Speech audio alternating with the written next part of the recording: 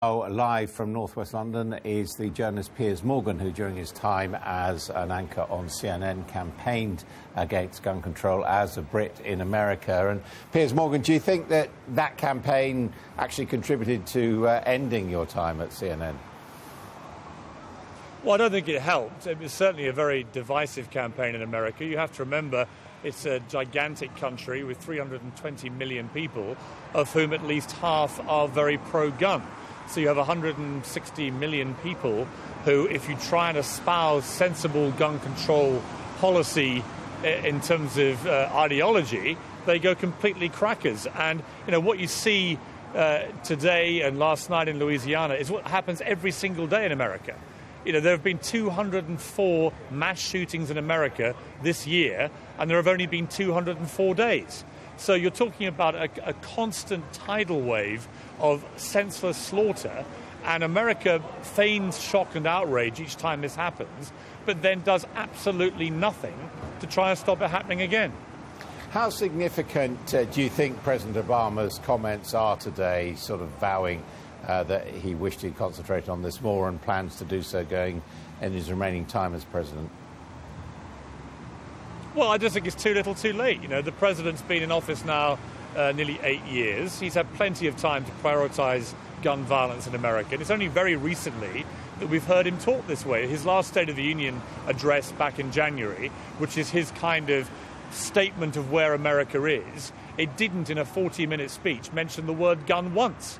And yet, as he pointed out yesterday, since 9/11, less than 100 people have been killed by terrorists in the United States. But in that period, I calculated today, 450,000 people have been killed by guns in America. And you've got to think, well, where is the priority here?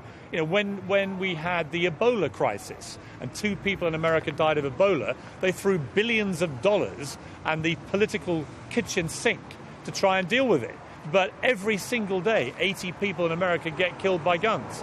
And we focus, the global media, on the more outrageous gun massacres, such as movie theatres and churches and so on. But every day there is this constant slaughter. And all I try to do at CNN, and what I've tried to do since on Twitter and social media, is to try and get some sensible debate about how to make America a safer place to live where you have so many guns in circulation. You have been into this particular issue in great detail. Can I ask you to turn it round, if I like, and just to explain to foreigners why you think there is this attachment to guns and free availability of guns in the United States? What's the best argument for it you heard?